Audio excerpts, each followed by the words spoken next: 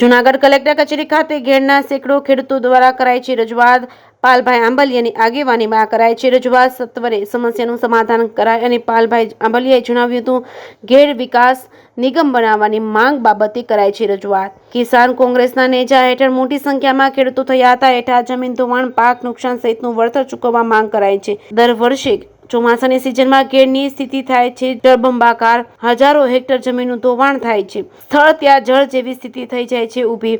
સરકાર દ્વારા ઘેડની સમસ્યાનું નિરાકરણના માત્ર થાય છે દાવાઓ। જૂનાગઢ અને પોરબંદર જિલ્લાના 5 તાલુકાના લગભગ 71 ગામોના 2,40,000-50,000 વસ્તી ધરાવતા વિસ્તારનો 1 લાખ હેક્ટર જગ્યા જે છે એ આખો ઘેરનો જે પાણ પ્રશ્ન છે એના માટે આજે અમે કલેક્ટર સમક્ષ આવી મુખ્યમંત્રી શ્રીના નામજોગ એક આવેદનપત્ર આપ્યું અને આવેદનમાં મારી માંગ હતી કે ઘેરનો આ કાયમી પ્રશ્ન છે એનો નિકાલ કરવા માટે પહેલી માંગ ઘેડ વિકાસ નિગમ ઊભું કરવામાં આવે, એમાં દર વર્ષે બજેટમાંથી અલાયદું ફંડ ફાળવવામાં આવે। બીજી માંગ એ હતી કે ઘેરના આ પાણ પ્રશ્ન માટે સરકારે નદીઓ ઊંડી પોળી કરવી પડે તો ઊંડી પોળીઓ કરે અને આ પ્રાણ પ્રશ્નનો કાયમી નિકાલ કરવામાં આવે।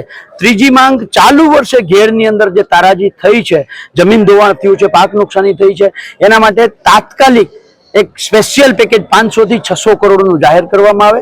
અને ચોથી માંગ એ હતી કે ઉબેર નદીની અંદર જે કેમિકલ વાળું પાણી ઠાલવવામાં આવે છે આ પાણી સદંતર કેમિકલ બંધ કરવામાં આવે। એમાં પહેલી બે માંગ છે એ નીતિ વિષયક હોય। સરકારને 2 મહિનાનો અમે સમય આપીએ છીએ કે 2 મહિનાની અંદર ઘેર માટે એક્શન પ્લાન જાહેર કરે કે કેવી રીતે એનું નિરાકરણ થશે અને કેટલા સમયમાં થશે। અને છેલ્લી બે માંગ જે છે એ તો સરકાર તાત્કાલિક કેબિનેટની બેઠક બોલાવી નિર્ણય કરી શકે એમ છે। એનો નિર્ણય અઠવાડિયાની અંદર સરકાર જાહેર કરે કે કેટલું પેકેજ આપવાના છે અને કેમિકલ ક્યારથી બંધ કરવાના છે। એ નહીં થાય તો અમે ગાંધી ચિંધ્યા માર્ગે બંને 4 માંગ માટે અમે લડવા માટે ઘેરના ખેડૂતો અને અમે અમારી ટીમ આખી લડવા માટે મક્કમ છીએ।